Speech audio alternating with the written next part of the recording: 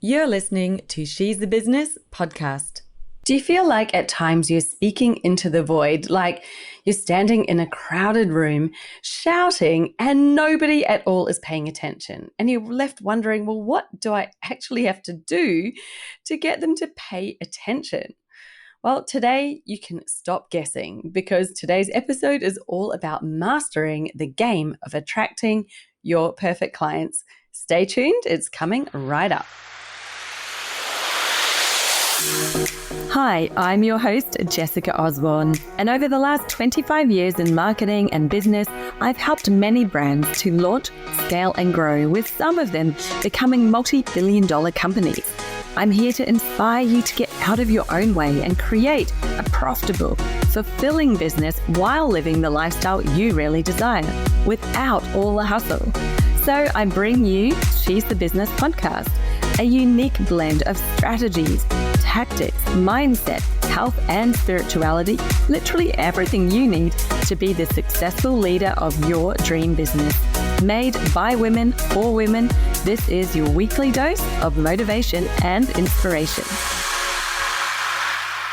Right, so back in episode 230, that's just 2 episodes ago, was the first part of this conversation, and we're carrying it on today. So in that episode, we talked about finding your most profitable niche, otherwise known as implementing a positioning strategy that puts you in the spotlight as the go-to authority in your niche. So if you haven't already listened to that episode, then I highly recommend that you press pause right now, jump back and listen into that one, because it's really going to set the scene for what we're talking about today. It's going to help explain why this is important, what it is that we're really looking for, the ground rules of the game of attracting your perfect clients. And if you haven't got that in place, then maybe some of what I'm going to say today may not land properly for you. So I really recommend listen to episode 230. That's called The Secret to Finding Your Most Profitable Niche and Dominating It. Okay, so if you've listened in and you're back, welcome back. So today, let's talk about how you're going to find that expert zone that I spoke about, and really the space in your niche where you can stand out as the go-to authority. That means that you can stop being the hidden gem, stop being the best kept secret in your industry, and feel so frustrated when you're just seeing all of your ideal clients walking past and paying zero attention, not stepping into your world, not reaching out to you, not seeking the help that you know they so desperately need. We're just going to stop that. We don't need to keep trying to guess how you're going to get their attention, because today that's exactly what we're going to talk about. And really, this is the very first key to unlocking that stream of perfect clients, finding you, showing up, and signing up. So have you ever wondered why it is that some people, they stand out, become known really quickly, while others work really hard at their business for years and just sort of stay hidden in mediocrity, constantly seeking clients, searching Facebook groups for leads, searching online forums, really relying on referrals? I don't know how many times I've heard that from people over the years, is their main source of clients and leads comes from referrals. And you might think, well, that's a good thing, surely, because you don't have to do any marketing and not putting yourself out there. And it's like, well, I like to see referrals as the extra piece. It's like the cherry on top of the icing on top of the cake. Really, if your business doesn't have its own inbound lead flow, you're not generating your own clients, then you've kind of put the entire future of your business in the hands of other people. You're relying on them to provide leads to you. So what happens if they stop? What happens if if something happens to their business, they're not operating anymore and they've been the one sending you leads?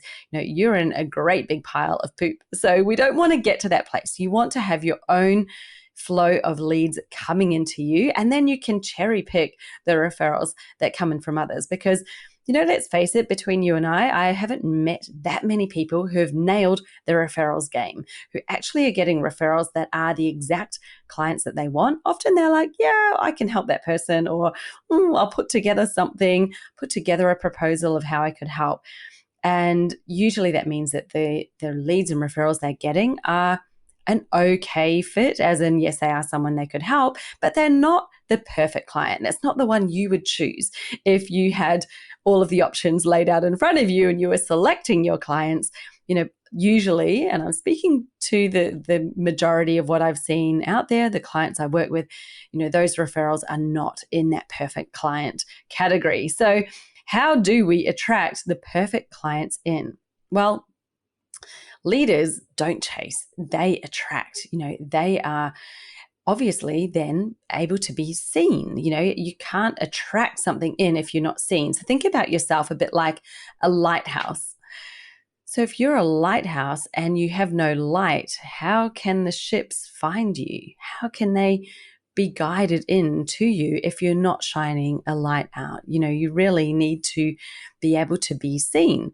Now, lighthouses, as we know, stand prominently on a rock, an outcrop, something that is very visible so that they can be seen. It would be no good if they were just on flat land in a gully, because their light would be so obscured. It would be obstructed by all of the things around them, which means that far less ships or people would be able to see them and be guided in. Now, most people don't pay proper attention to their positioning strategy, which is what we're talking about today. They simply create a business and then start posting on social media, setting up all the different platforms and getting themselves out there in a way. And I guess it's because I haven't really thought about it properly, but underneath it all, they're just hoping and praying that if enough people see their posts, that it will result in clients coming in. And then they wonder why growth is so slow, business feels hard. And some people stay in this place for years and years and years until they figure it out. Kind of, when you think about it, it's like putting up a billboard in the middle of, Times Square or Piccadilly Circus, somewhere that is highly populated, lots going on, and just expecting, because you have a billboard there, that you've got an influx of leads coming into your business. Well, just because thousands of people are seeing that billboard, it doesn't mean that the right people are seeing it. It doesn't also make you irresistible just because you have a billboard, just because you can be seen. Nobody cares about your business or you or what you do unless you are relevant to them. Relevance. Like specifically, you are seen as the person that can help them solve the problem that they're currently trying to figure out, right? If it's a problem they don't have yet, they don't care. If it's a problem they've already solved, again, they don't really care. They care when it's something that's going to help them right now with the problem that they're seeking. So it's no good thinking, well, I'm just going to go out there and be someone who will attract in people who, the right sort of fit. If they don't have the problem, if they don't need you right now, they're not going to be paying attention at all. So this is where the specificity, the relevance is just so important. And as we said in the last episode, the person who's seen as the expert, the person who's showing up with that authority because you're clearly demonstrating your expertise, is the one they're going to be most interested to seek out, because they're like, well, this person clearly gets it. They know their stuff. That means that they can help me. They're not drawn to somebody who is watered down, being general, not being specific about what it is they do or who they help, because they're going to think, well, I don't know, do they work with people like me, or do they help other kinds of businesses? So I've been looking on Facebook and seeing all these suggestions of groups coming up. And what has surprised me and amused me a little bit is that so many of them are for female business owners, entrepreneurs, but they are so broad and generic. They're like, this is for women with businesses in Australia or New Zealand, or this is a global group for female entrepreneurs who want to be successful. And I'm thinking, well, I don't know if this is a relevant group for me to be in, because it's so generic and so broad. It could just have a whole lot of people who are nothing to do with the type of person that I want to engage with, that I want to build and sort of grow those connections in my audience with, because I've got really clear on who my ideal client profile is. And It's not people running e-commerce businesses. It's not people in the MLM space. It's not people with bricks and mortar businesses. So it's a massive cross-section of businesses with females running them. And I'm sure they're wonderful. I'm sure they're great, but they're not the people who I'm specifically here to speak to. So the value for me in joining a group like that is so diminished because I'm just not clear on who it's for. Is this even for me? Am I going to be having the right sort of conversations, one that I want to spend my time doing or not? So you see that and you think, I don't know, is it, isn't it? And guess what happens when you don't know? When there's any sort of confusion, you keep scrolling. And that's exactly what's happening with posts, with anything that you're putting out there. If you're not specific about who it's for, they can't see straight away, this is for me. They keep on scrolling. Now, I know you might look at some of those groups and say, but they've got 100,000 members. Yeah, maybe. And how many of them are actually active? How many of them are finding it relevant? You know, people join groups and then they never go in them and post. I know because I've run one for many, many years. I put it on hold a while ago because I thought, you know, I really think for a group to be valuable, it's got to have a real sense of purpose. It needs to be very relevant. And that is something that I'm then considering, well, if I start it up again, I want to be really clear about who it's for so that it is the best experience for anybody who's in the group. So today, I'm going to share with you this simple framework that I use inside Business Jam in the program that I created and have run for the past coming up to almost 5 years now.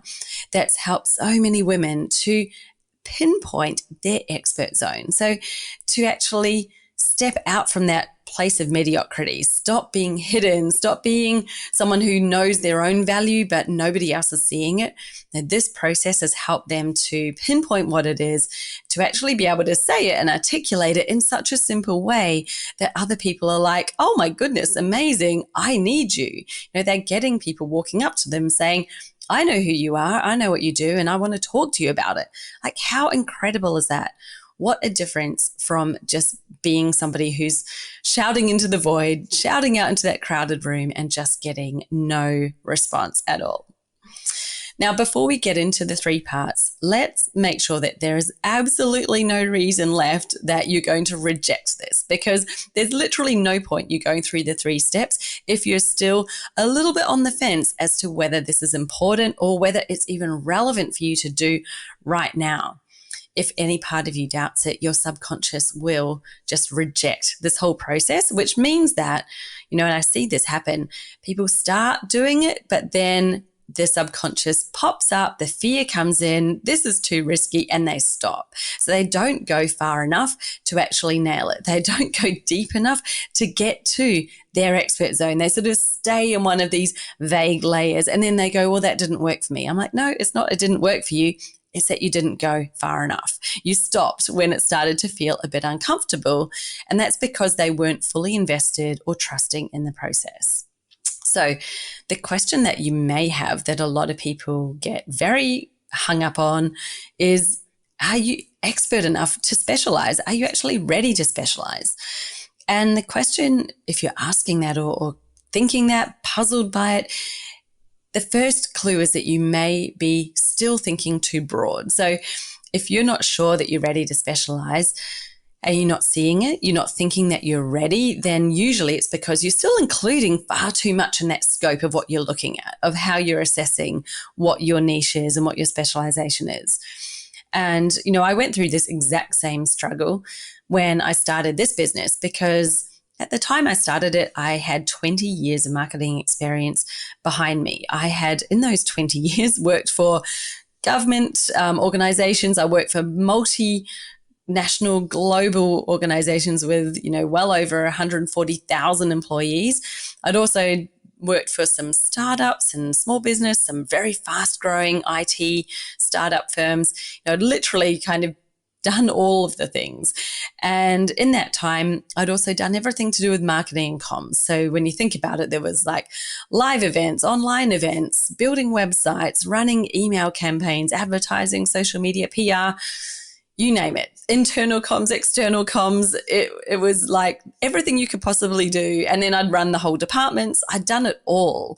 And what happens, and that you might feel the same, is like, because you've got so much experience, then what is your expertise? What is the actual thing?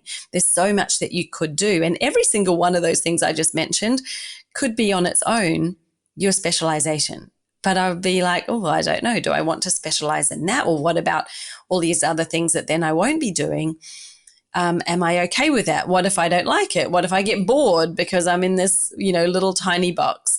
And I had all of these things coming up, and it was hard. And I thought at the time that I narrowed it down, because I realized after going through a process, I kind of figured out what it was that I was really good at. And as I'd been a leader for the sort of previous 10 years or so, I thought, what I'm really great at is actually seeing that bigger picture. It's help designing the strategy, it's motivating my team, mentoring them on what they need to do to execute and make things happen. And it was, that piece, I thought, that's really my zone of genius. That's what I love doing. That's what I could do day in, day out and talk about. But I did make a few mistakes, and I didn't actually apply all 3 steps of the framework I'm going to share with you today. I stopped at number 1, and I did that for a while until I realized, by working with some clients, I'm like, oh, these clients aren't really my ideal client. Even though it is what I defined, this isn't it. And so on this process, literally it took me a couple of years probably before I drilled down enough to actually go, now I get it. Now I think I'm specialized enough. And that took me a long time. And so what then I was doing with my clients was actually helping speed up that process a lot. So instead of it taking 3 years, we took 3 weeks to kind of go through the process and drill down and help them release some stuff and let go of things and actually feel confident enough to step into that expert zone. And the beautiful thing is that immediately when you've done it, because it's the same feeling that you get when you try on like your wedding dress and it's like, this is the one. And there's nothing wrong with all the ones you've tried on.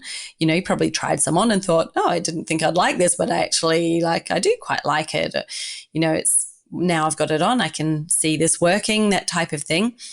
But there's not the feeling there. It's kind of like your logical brain's going, yeah, this could work. And it's good and it's the right price and whatever else. So your brain is trying to make up scenarios to say to you, pick this one. It's ticking the boxes and it works. But your heart's not there.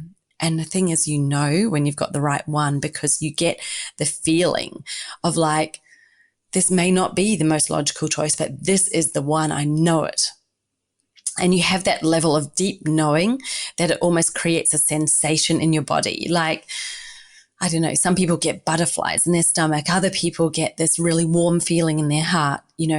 Other people get tingling sensation through their body. It's like you know it to the core of your being. And when you've got that clarity, you're suddenly like, oh my goodness, I don't know why I've been so worried about what I need to say or confused about what to say or how to say it. I know exactly what I need to say and I know exactly what I'm going to talk about. You've literally got content coming out of your mouth on autopilot. Like, there is no effort required. And the beautiful thing about that is, of course, now you can suddenly see why marketing was feeling so hard before. It's like, oh yeah, well, I was trying to think my way through it. I was trying to include so much and not exclude people and all of this stuff that actually makes it really, really difficult. So that it's right when that's there. But you may be thinking that you need some sort of proof or a sign that you're actually ready. So here's the thing. We've been conditioned in our society to be used to searching for permission, approval, like accreditation. So yes, you've completed school. Here's a certificate. Oh, now you've completed this qualification. Here's a certificate. Now you can do it. Here, you can't drive a car unless you've got a license that shows that you can drive it. It is everywhere, right? Everything in our society and culture has conditioned us to think you need some sort of permission from someone else that tells you you're allowed to do something.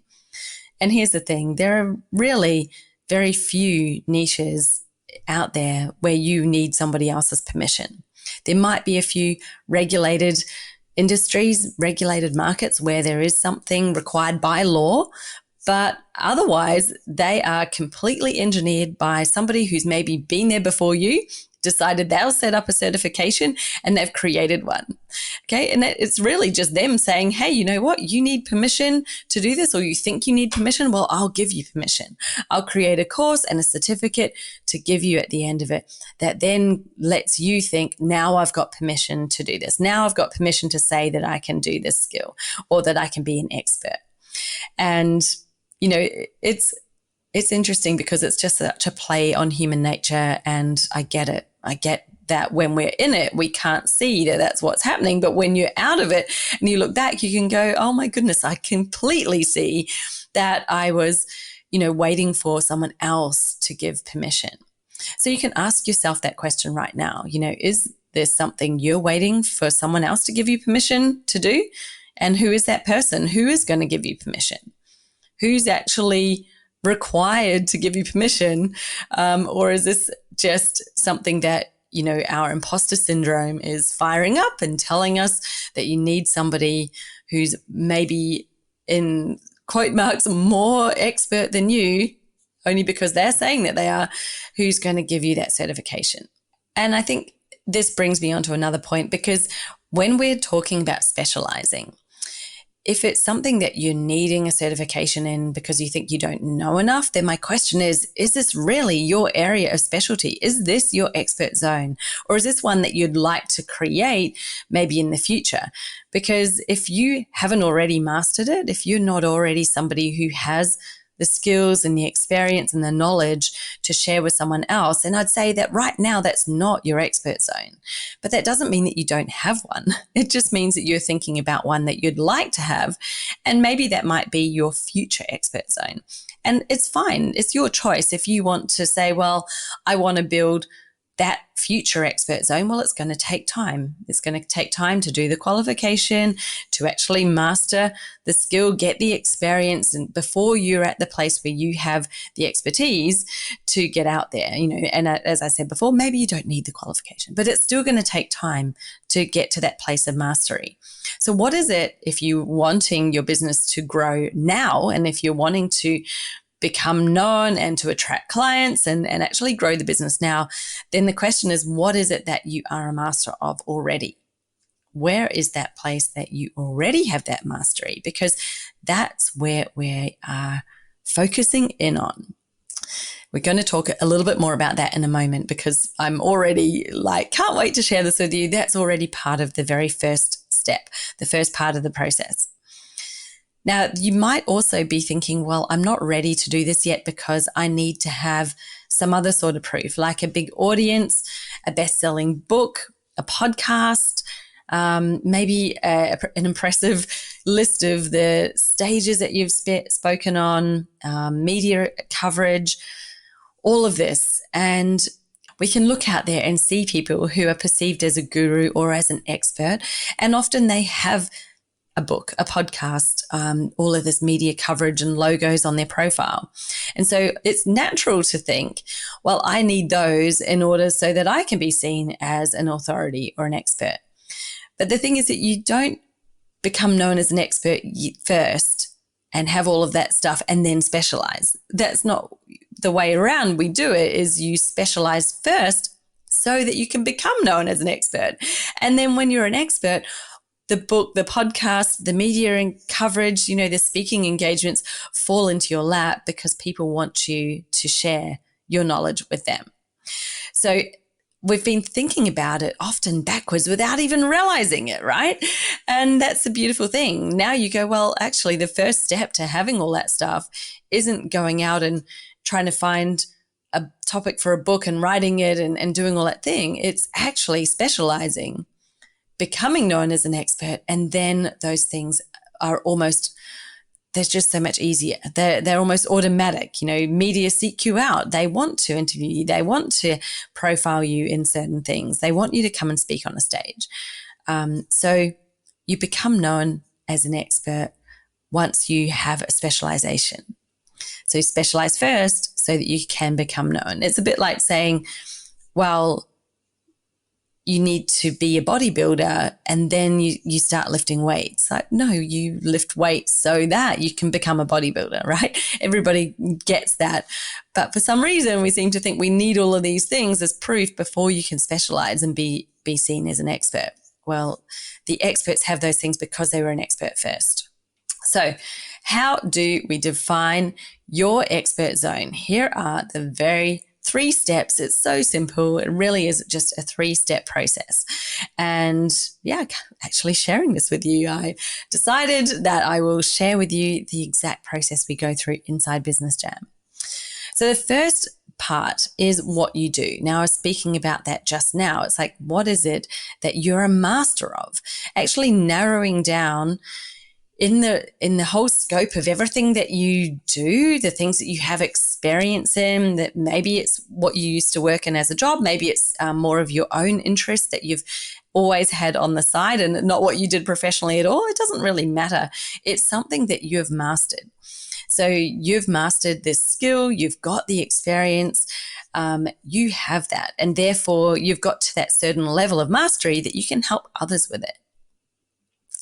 And that's something that is really an internal process. So it's not about looking out and seeing what are other people doing and I'm going to, copy one of them, because how is that going to help you? Only you really know what you are truly masterful at. And often here's the thing, it can be so sneaky because usually the thing that's really in your expert zone is something that you may already be dismissing or overlooking because you find it so easy. You find it easy because you are a master of it. Other people find it hard because they're not a master of it. That is the thing that is actually one of the biggest tips I could ever give you to finding your expert zone, is to ask yourself, what is it that I find really easy? Like, I probably don't even think about the fact that I'm doing it. And other people are often asking you for advice or tips or saying, how do you do that? That is a massive clue, because your expert zone shouldn't be something that you're struggling with, that you're really working hard to do. It should be something that you have reached that level of mastery on. Maybe you have struggled with it, and maybe you're thinking, well, I still work on it. That's okay. I would be very surprised whether even the number one pianist in the world doesn't think they still have more to learn or more practice or another level they can get to. Just because you think you've still got more to learn and more to develop doesn't mean that you're not already a master. That's the same in any sport, in anything, like whether it's a knowledge, in your mind that you're helping someone with, or a physical skill or activity. Everybody, even at the top experts, still thinks they have more that they could do, more they could learn, another level that they could reach. So I don't want you to cancel it out just because you have that thought. That's okay. That's not the litmus test here. The litmus test is there something that you get, and for you it's simple, it's easy, it's obvious, and others find it really hard. Maybe they don't know how to do it. They may not even know of it yet. Either way, it's not easy for them. It's not something that comes naturally, because that's really where you start seeing this is something you've mastered, where you're finding it obvious and simple and clear and easy. They're finding it not obvious. So that's the very first thing, narrowing down out of all the stuff that you're good at, out of all the things that you can possibly do, what is that thing that's right under your nose that's really where you shine, where you come into your own, where without shadow of a doubt that you can help other people. The second step is who, because now that you know what it is that you do, of course, you're probably not going to be equally as good at helping others when it's just anyone out there, right? So we need to start narrowing down, well, who is the right person that you should be helping? Who do you do this for? And who do you do it for best? And here's the thing, beautiful people pleasers, people who are givers, who are very, big-hearted, wanting to make an impact in the world, often think, well, I want to help everybody who possibly needs me, anyone who I could help is someone I should help. And that's lovely of you, that's not going to help you grow your business. It's actually not going to help you make that bigger impact, because while you're trying to help anyone who needs it, you're not showing up and being relevant enough for the ones who are right for you. So you're actually going to end up helping less people than if you specialize. Counterintuitive, right? But the more specific you get about the type of person who you best help, then the more obvious you are to them. You stand out. You become that authority. You become the expert. They seek you out and choose you. So if you want to help more people, then you get more specific about who it is that you help best. And don't worry, you're not going to be cancelling out anyone who doesn't meet exactly all of the criteria that you might list, because people will still count themselves in if they are hitting a few of those points. What you don't want to do is to keep it so broad and bland. Like I mentioned before with the group, saying that for any female business owner or any female entrepreneur, that's when someone goes, well, I don't know, is it really for me?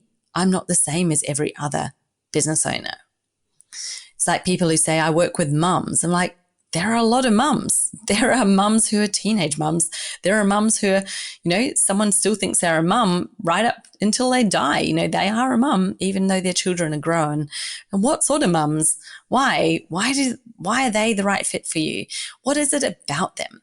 So we need to start peeling back the layers. And, when you think about it, your clients, even if it's a business, doesn't matter, same process, right? What sort of business? Who, why, what size, how do they like to work? Like, what are all the layers that makes them the right fit for you?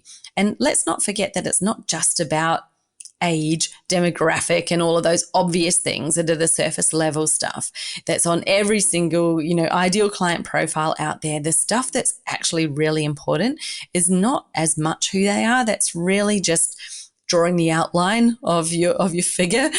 It's what's inside that counts. What are their values? What is it that drives them? Because here's the thing, you're going to see a lot of people who need your help, who need exactly what it is you do, but if they don't want it, they're never buying. And some people will never want it. It's like, imagine you're somebody who helps people lose weight, and all around you, you see people who need to lose weight. There's some people who are very obese. Well, some of them want to lose weight. Some of them are going to be interested. Others do not care. They are not even interested at all. So even though they might need to for their health's sake, for all sorts of reasons, they're not interested. They're not your ideal client because they're not even in the place where they're wanting that outcome, right? So if you're trying to talk to them and they don't want it, they're not listening. That's why, you hear so many people say, I'm putting out all these posts, I'm hearing crickets. I'm like, yeah, you're probably talking to people who don't care. They don't want what it is you're offering, even if they need it. We need to understand there's a massive difference there. You're not trying to find people who need you. You're trying to find who are the ones who want what it is that you're offering. So peel back the layers like you've got, I kind of always think of an onion, but I guess an onion isn't very tasty. We're trying to get to the sweet center. We're trying to get to your sweet spot in the middle, and you need to peel back those layers of the stuff, like the people who aren't the best fit for you for whatever reason. Peel them off until you get to the core and like this, if I could have this person book into my calendar every day, I would be so happy. That would be the ideal fit. That's what we're aiming to get to. That level of certainty, that level of like, this is my exact perfect client. Now, they're the first two pieces. The third one is one that I think I haven't actually seen anybody else teaching this ever, because a lot of people teach you how to find your niche. I've seen coaches out there who put out lists of niches and say, here, pick a niche. There's, 100 different niches on this list, and it just shows you how many there are, and you can just choose one. I'm like, well, yeah, as I said before, that's not really going to help you find the right one for you. It's much more about the questions that you're going to ask yourself to uncover it, because deep down you already know what it is. There's also so many ideal client profiles, and I really find most of them absolutely mediocre at best. Like, they do not go deep enough into really understanding who is the right person and why. So those two things I think are commonly spoken about. The one that's never spoken about which is my third ingredient into this. And this is where I think the secret sauce actually comes from, because the third ingredient is you. And it's why you? Why? What is it about you, about your way, about what it is that you're bringing to the table that makes this different, that makes it yours, that makes you stand out? Because this is where you can stand apart from others who may have selected similar ideal client to you. Maybe they've selected a similar specialization to you. They can't be you, right? So the more you lean into this third part and really understanding what it is that you bring that is different, then that's how you can stand apart and become an authority, become seen, become an expert, because you're going to have a message that is really uniquely yours and a positioning that is uniquely yours. It's going to be really hard for competitors to compete with you if you have nailed this third ingredient. So they're the three. Now, if you're wanting to go into much more detail on them, because of course I've literally just rattled through these in such a short amount of time, I'm running a live workshop on it where we'll spend a lot more time in each of these three parts. And that's happening next week. So if you want to get into the workshop, I usually only run it for my Business Jam clients. It's normally an internal private workshop only for them. But we've had it for a few years, and this year I felt called to open up the opportunity for others to join us, because I know this is the one step, the first step into nailing that marketing strategy in total. You know, if you don't have this key, it's extremely hard to create the right offers. It's almost impossible to build messaging, your brand, and any sort of marketing and sales system. You need to know your expert zone because it dictates how you do everything else. So I decided I would open it up and invite other people who are not in Business Jam currently to come and join us for the workshop. So if you would like to secure a seat, then you can head over to my website, go and check it out, see whether it's for you. You can book in a seat. And if you're early enough, you might still nab one of my early bird seats. And it is jessicaosborne.com/workshop. Now, normally it's around a $300 investment to have a seat at one of my live workshops that I run like this. This one I have created, as I just mentioned, some early bird seats. So you can join me for under $100.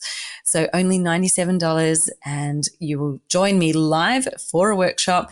We're going to be having some follow-up Q&A sessions. It's going to be very interactive. So you can come and work through this with me using my own unique framework, which I'm really excited about. Hope you are too. So that's it from me today. You'll hear from me again next week when I'm here with a beautiful guest sharing some inspiring stories and some of their best tips and advice for you on growing a business. And I look forward to chatting with you then. Bye. Now, before you go, before you head off, I've got something really exciting to share with you. Now, every year I host a live workshop inside my Business Jam program. That is a specific workshop on finding your niche and your ideal client. It is the Expert Zone Express workshop. We literally get it done in about 2 hours because I do quite a lot of coaching and feedback during the session. You come in, join me live, go through the steps to identify where is your expert zone in your market niche so that you can stand out with authority and attract the right clients. And it's happening again in February. So this month, it's coming up on Wednesday, the 26th. That is in Australian time. And I've decided this year I'm actually going to open it up with a live invitation for other people to come and join us. So it doesn't matter if you're not currently a client. If you would like to come and join me for the Expert Zone Express workshop and finally nail your niche, like really nail it, get that expert zone defined, know exactly who you're speaking to, then this is the workshop for you. So to get all the details and to register and grab your seat, head to jessicaosborne.com/workshop. I will hook that up in the show notes for you so you can scroll down, click on the link, go through and jump in and get a seat now. I don't know how many I'm going to make available, so if you see them, they're still available. It means that there is still space for you. But please don't hang around because I'm not going to have it open-ended. I do have a limit on the number of people that can attend. I will be watching registration, so it's just open for first and best dressed. I would love to have you there, and we can kick off your year with really great clarity, confidence, so that you can show up with that confidence and really be the authority, the go-to person in your niche. So once again, head to jessicaosborne.com/workshop and you will find all the details and how to get your seat and register. Talk to you then. Bye.